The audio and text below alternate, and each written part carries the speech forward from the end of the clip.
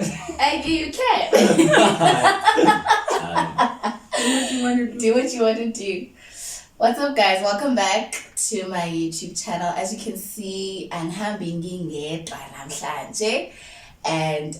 I've brought along some old friends and new friends to have a conversation. As you can see in the title, we are back and we're going to be speaking about our relationships in the church.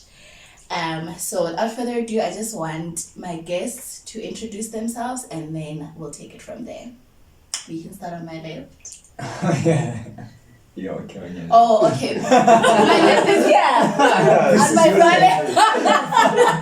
This is your left. Far left. Hey, on my far left. On your far. Yes. So I just say my name or that name, my profession and everything else. You can just say your name. My name. Like my name? Okay. It's your favorite church girl. I welcome you once. I welcome you twice. I welcome you in the name of Jesus Christ. Man of God. Oh. Yo. Hey patrons. I'm Narato, aka Man of God. Apparently. Everywhere you go, yeah, in South Africa, your nickname is Baby. Hi, children of God. My name is B. Why children of God? Okay, no. Hi, you awesome people. My name is Kinsani, and what else?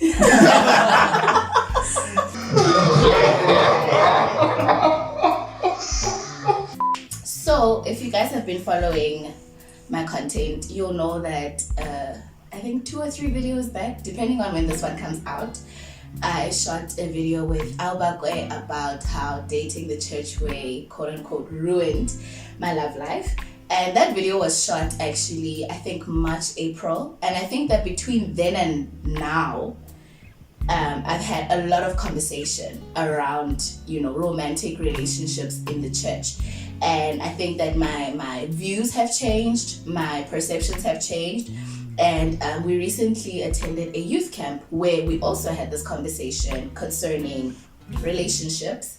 And so my takeaway from that conversation was, evidently, people who are in relationships broke the rules that were set for us. People who succeeded in romantic relationships broke the rules that were set for us, rules about not dating, rules about how courtship is supposed to look and all these different kinds of things. That's how I feel.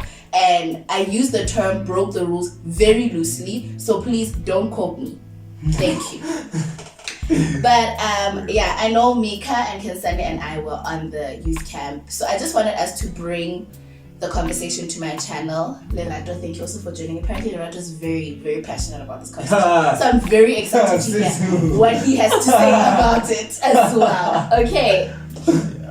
So the question I want to pose to you guys is, are there reasons that we find ourselves in this place where we can say singleness is a crisis in the church?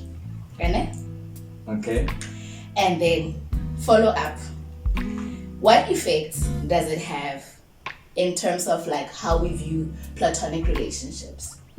Alright. Must I make an example? Yes, please. Okay. About platonic relationships, Mika and I, we are friends. Yeah. And then we get very close. Now we are close, and then people start saying, what's going on between you and Mika? Love bells are ringing, and it's like, it's not even the case. Yeah. Because of that thing of like, there's an obsession with romantic relationships in the church, but there's also no constructive doctrine and education around it that actually allows for the majority to succeed in relationships. Mm-hmm. Yeah. Yes. Okay. So please define crisis. Okay, crisis in the sense of like, there's a huge gap between the married and the singles.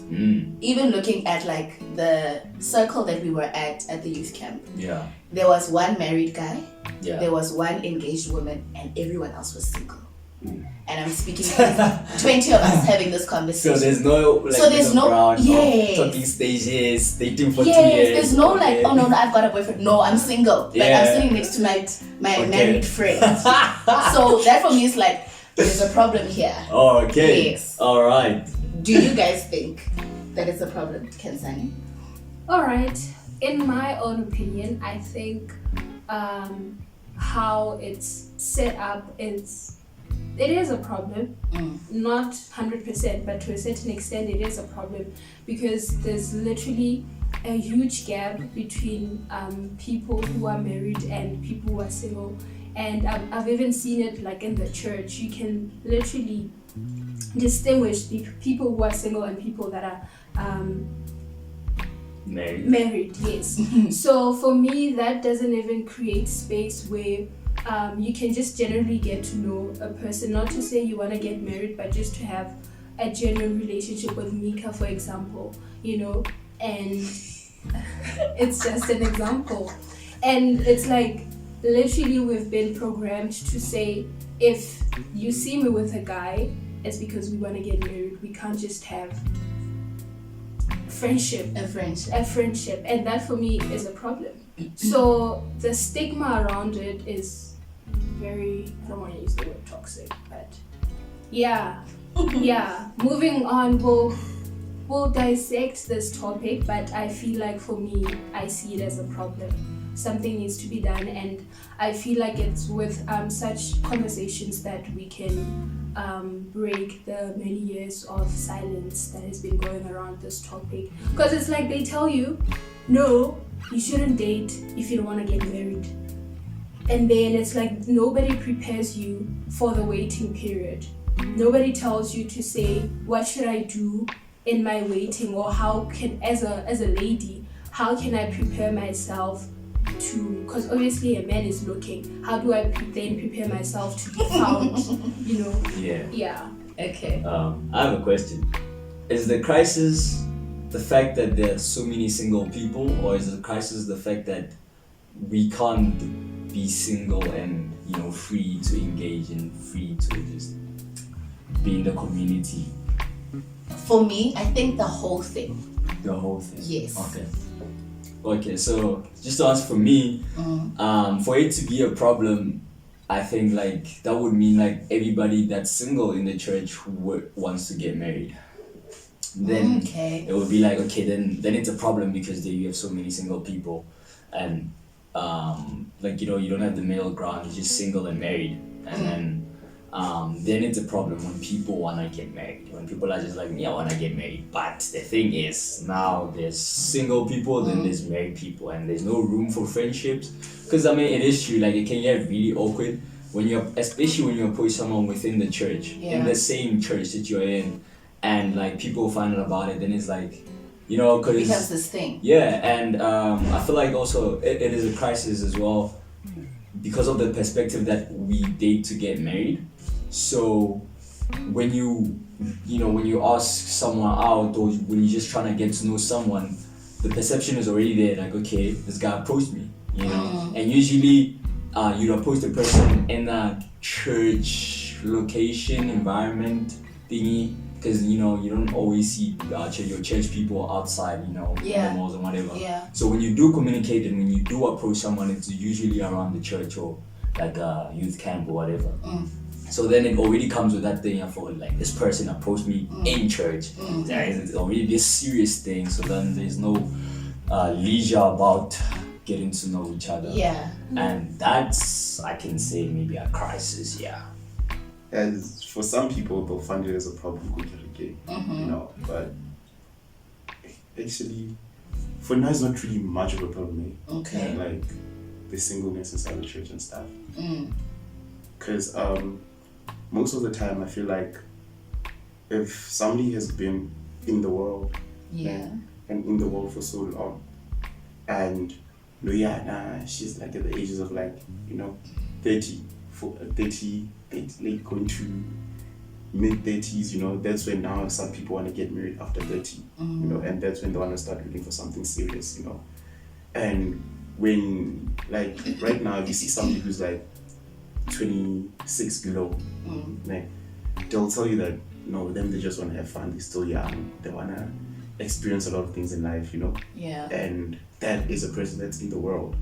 But immediately that person gets into the church, now they start changing and being like, you know what, God, I want a man and everything. You know, they haven't really given themselves a chance to work on themselves. You know? Okay. And that's also the problem inside the church, is that people don't really have time to work on themselves. Because many people don't even know who they are, but yet they want somebody who can be there for them. You know? Hectic. And then I have a question. Ask No, to what extent is one allowed to work on themselves? Because, yeah, I've heard a lot of people saying they're working on themselves before they get into relationships. I've heard it a lot. So I want to know, to what extent is one allowed to, you know, work on themselves until they... Okay, but you know what? I think is that we're all different, eh? And not all of us will have the same working period upon ourselves. Somebody can, you know, get born again, start living a holy life, and then in a space of 5 months, they get married. You know, for somebody, for some other people, they will get born again, everything, and then once everything is going, and then once they, you know, fall into trials, temptations, or anything like that, they fall back, you know. And then, you know, would you think that person has really, really perceived that perception that I've worked on myself and that I am ready for these things? You know, because some things, it needs you to have a hard character. With the divorce rate that we're getting nowadays inside the church, inside the world. Yes. Like, it needs you to have a hard character. Foot down on what you want and what you need, you know. Because actually not sometimes, most of the time in a relationship, many people try and fill a void that they had the whole life, you know. And that's why many relationships are not surviving and are not getting satisfied, you know, based on... Yeah. Please repeat your question again, like someone said. Oh, to what extent is one allowed to say they're working on themselves? Obviously, it is a very subjective thing. So I'm gonna respond like as a guy because I'm a guy. I am that. So for Boma, like for a guy, that it is advised that, you know, before a guy, okay, then now let's assume that we walk through the whole salvation period. You know what I'm saying? You're saved, you sit. You advise that as a guy, before you are able to before you start dating, you have to be a priest, right? A prophet. Not like to the church. I mean, like, you must be in a relationship. You must. Then you see that 5-fold. Not the Bible. Like, when you step into a relationship, because you're gonna be leading someone's daughter, you have to be a priest, a prophet, a provider, and a protector. That is the areas that you evaluate yourself in as a guy before you can decide, am I ready to get married? Right? And being a priest basically is you representing your people, like in your family, your household, your wife, to God, right? And then being a prophet means representing God to your wife, right? Come on, and be in the text. And then and then provider, we all know provider, and then protector. So as a guy, for you, that is one of the criteria that you can evaluate of, like, am I ready to be in a relationship, or is that something I still need to work on? And the length of it really depends on the person. If it takes me 3 years to be able to provide, then it takes me 3 years. For someone, it can take them a year or whatever. Or someone, you know, they wait until they're able to provide and then say, oh, now I can start looking around, or now I can desire a relationship or a marriage. Because ultimately, like, a relationship is there to lead to a marriage, right? Yeah. Right? Yeah. I think for me, working on yourself does not only constitute like, and I'm not saying this is what you said, but it's not only about spiritual maturity. Yeah, it's not. Because I heard you mentioning provision. I need to, like, being able to provide for your family. Like, that is like 100% MB. But I think that something that you have to realize is that you are constantly going to be working on yourself, and I think that that's why her question is so powerful. Like, how long are you gonna be? Because I feel like a lot of times it's like you're working on yourself, and then you're working on yourself,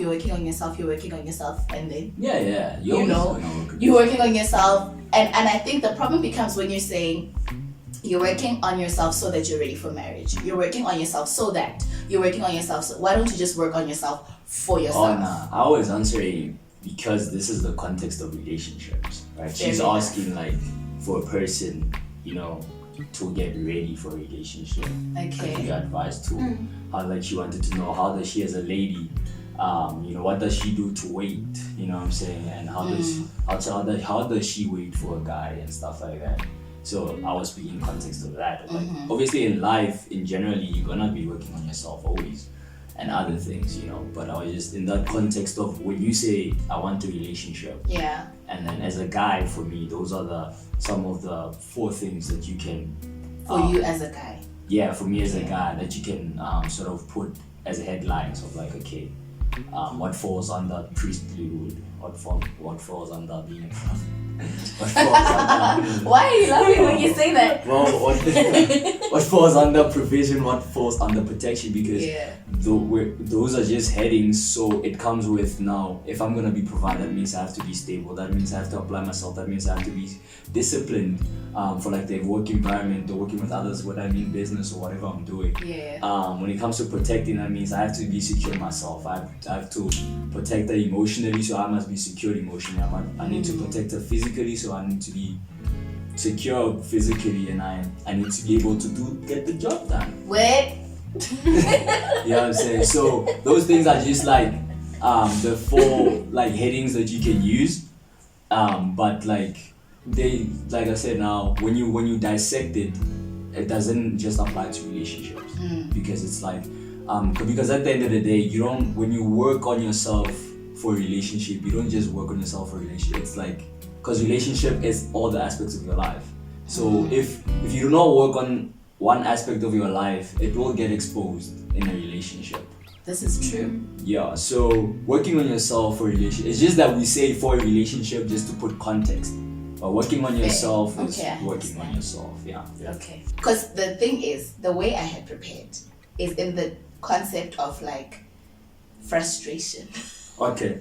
Frustration. Yes. And so now we're doing all these working on ourselves. And I don't want to talk about that. Oh, you want to talk about? Yeah, let's get back to frustration. The frustration. So now I think, but I think that it's not necessary for us. I think that we can afford to have, constructive conversation about it.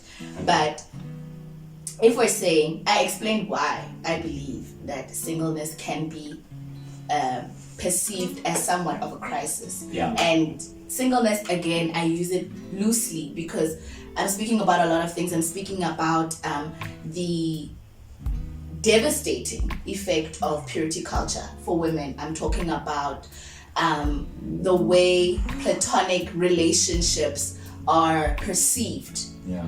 I'm talking about singleness in and of itself. You understand? So I'm not only saying the fact that I'm single as a Christian in the church is a crime. I'm speaking about everything as it pertains to romantic relationships. And I think relationships between male and female. Yeah. Even platonic. Okay. Yeah. Yes. So even friendships. Yes. But that's for another day. Yeah. Yo. Okay, now let me not go script again. It's fine. Do you want to ask a question? Yeah, she mentioned just a very strange combination of words, right? Okay. He said purity culture. Yeah, there was the devastation of the purity culture. The devastating effect. The devastating effect of purity culture. Yes. What do you mean? Do you know what purity culture is? Please explain. Okay. For the viewers out there. They know what it is. We addressed it. They know what it is. But I'm not surprised that as a man you don't know what purity culture is, because it's generally something that is for females. Okay. Generally. So okay, purity culture specifically speaks about the toxicity, the toxic aspects of the way purity is taught in the church. Alright. So you can talk to me about holiness, right?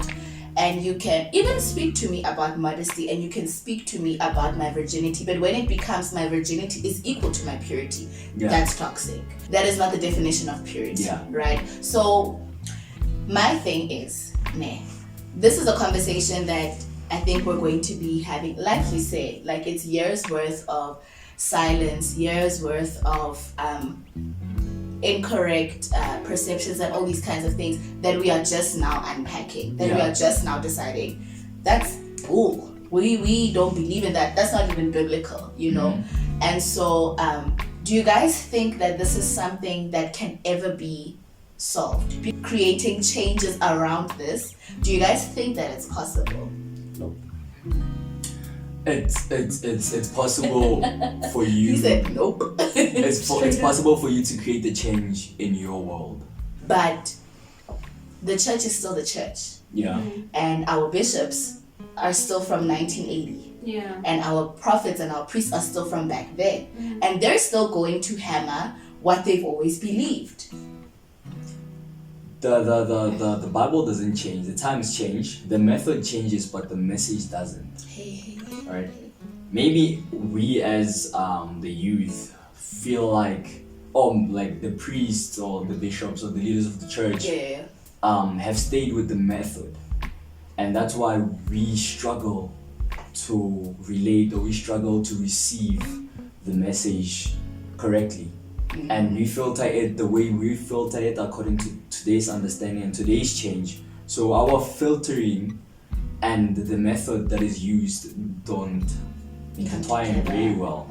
You know? So I feel like sometimes the priests keep on hammering because the message has to stay the same.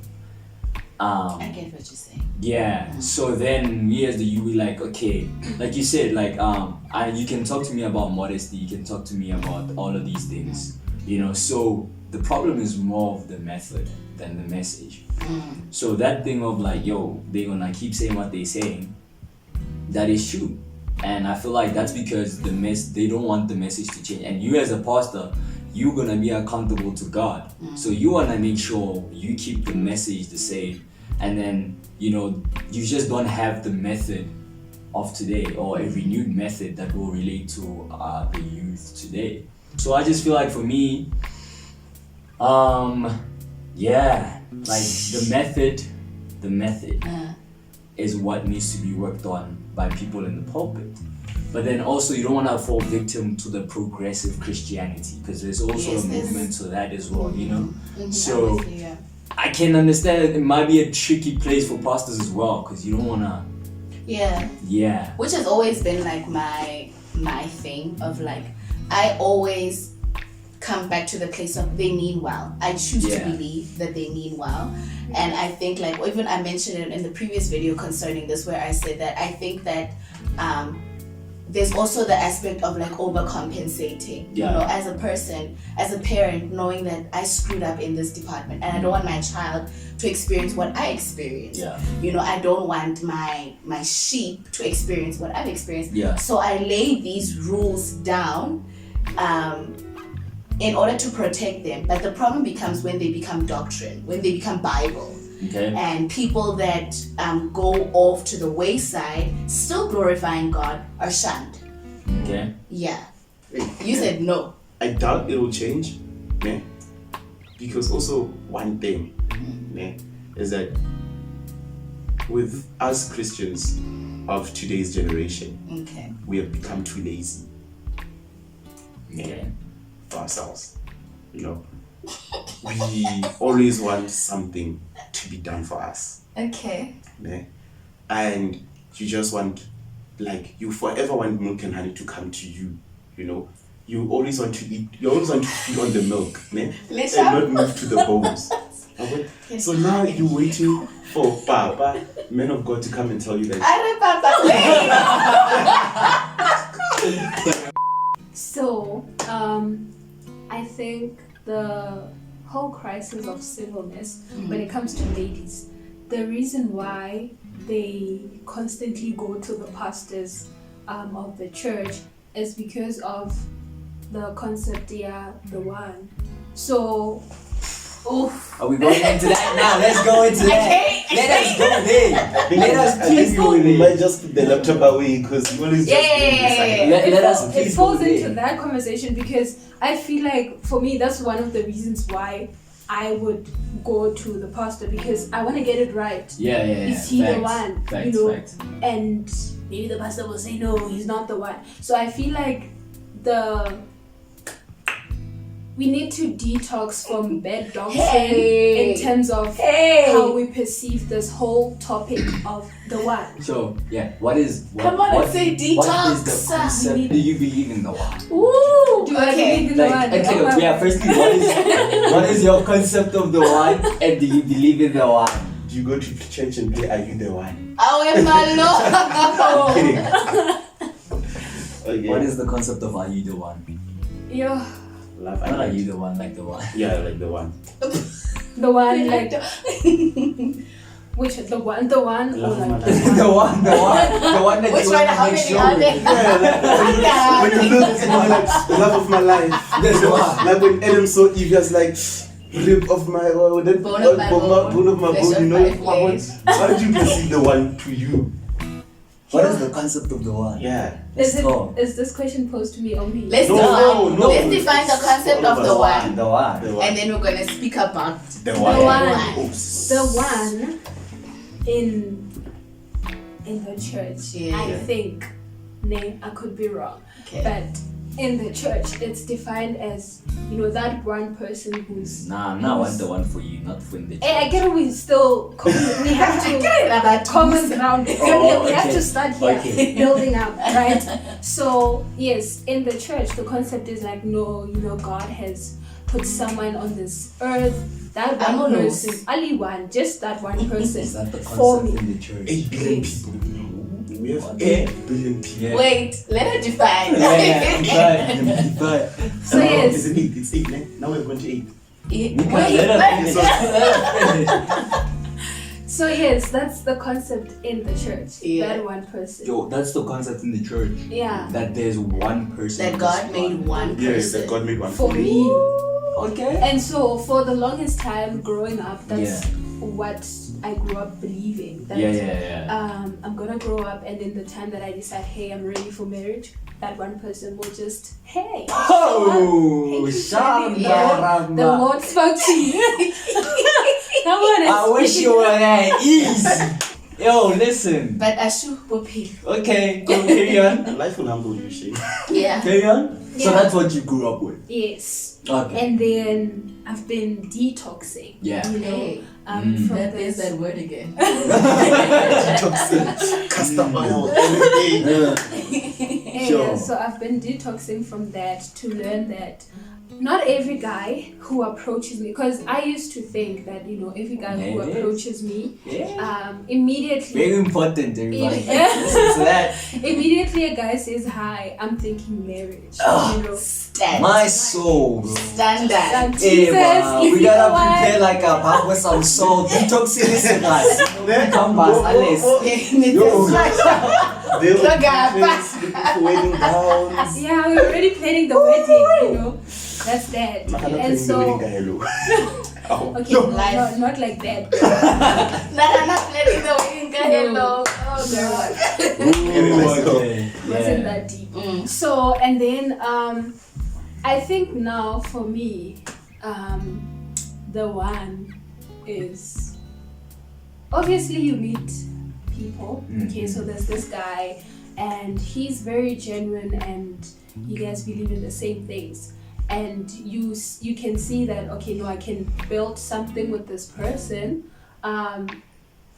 It doesn't necessarily mean that immediately somebody says hi, then we have to take it 10 steps further to say, okay, maybe we're gonna get married. Let's get to know one another. I feel like for me, that's where I'm at right now. Okay. To say, no, let's get to know one another. We're not saying we are gonna get married or anything. We're just getting to know one another. And if it doesn't work, then you have nothing to lose. Yeah. It's right. not like I kissed you and Yeah. will sleep with you. You Yeah. know? That's we're just gonna go out for How about Nnetse? no. So, Because I what is know the myself. concept of the one I for know you? myself. I Hallelujah. can't. I can't. Hallelujah. Yeah, so I think I answered your Yeah. question. What is the concept of the one? Okay, the concept of the one for me. This is hectic because Yeah. I have a video Mhm. about this on here where I was just going on. There is no way that God is not specific enough. I said all these things that He would not just create just one person for you. And I trust the Lord and I trust that that's what He did. Like, I really believed that God has created one this human being for ya. for me. Oh my. It's exactly the same as from her. the accent from the Uko Nigeria. This man of God. Ne? Yeah. And I think I've always believed that. And then now, in terms of like this whole thing of like God is too meticulous and God is too detailed and God is too particular. You know, that's what I've always said. Like, in my life, I've seen the particularity. I don't know what to, but like God is like, I've seen how God's, some things that happen in my life, it can only be God. Yeah. It can Yeah, only yeah. be the hand of God that Yeah. made it to go this particular way, True, right? yeah. And so, because of that, it became very easy for me to believe in the concept of the one, right? Mhm. Because God Yeah, has yeah. shown that no, That's very X, true. Y, Z, B, Y, C, D will cause Y. Sure. You understand? Now the problem came, Mm-hmm. right? Here's the issue. Jollof rice. No, wait. Before we get to Jollof, the problem became Uguti. I was receiving now prophetic words about this man. Okay. You know, how he looks, his ethnicity, his Wait, prophetic words from who? career. Okay. Let's not do that. Let's not. Let's just stay here. Yeah. His career, all these different things from other people. Okay. And then when I would pray for him, I think I feel like I can count how many times I've prayed for the guy in my one hand. That specific guy. In your one hand. In my one hand. Okay. Yeah. not both hands. It's really always like the inspiration of the Holy Spirit, like pray for So that you boy. were praying for that specific That boy. guy that they were telling you about? No. Oh, your person. I was praying for the man of God that I'm gonna marry. Okay. Women of Yeah, God. just like any guy. Yeah. Okay. Because he's a man of God, a child Yeah. of God. Oh. Yeah, not In that concept, Is it not- concepting? Okay. So I would pray for this person, and the way that the Lord would speak to me about him was very different from, you know, the detail of like he's this and he's this and he's this. It was a thing of like sometimes like I would get I remember having the impression to pray for his salvation. Before, and I can very clearly remember when God instructed me to pray for my in-laws Okay. as it pertains to my marriage, right? So that's where I'm at, you know, that's where I'm at. I'm praying about his sanctification, praying about all these kinds of things, and fine, but pusha, you know, detail. He is all those things, right? But then it became very awkward when it's like, how am I gonna meet him? If he's from West Africa, how am I gonna meet him? When is it gonna happen? You know, and all these things, and then it became a thing of like it felt like there's a lot that I need to do to make sure I meet the one. Yeah. You know, he's not in South Africa. He's wherever he is, and I need to go find him. I can't be, you know, it does not make sense for me to be in Bloem to meet an international person. Cape Town makes sense. Joburg makes sense. Okay. Bloem, you understand things like that you start thinking about like. It don't make sense.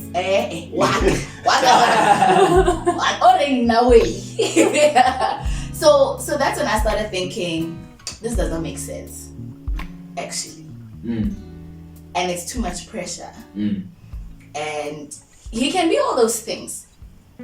He can very well be all those things. But I think the concept of like, it's very clear, there's many West African men. Yeah. There's many saved West African men. Yeah. There's many saved West African men that are in business. Yeah. You know, it's not only him. Yeah. You know, so it could be any of those guys. Yeah. Why am I pressurizing myself? And I can even remember things like dreams that I would have where I would dream about my husband, but I always remember I could not see his face. And I asked the Lord specifically that I will jeopardize this if you show me how he looks. Yeah. Don't show me. Don't tell me. Surprise me.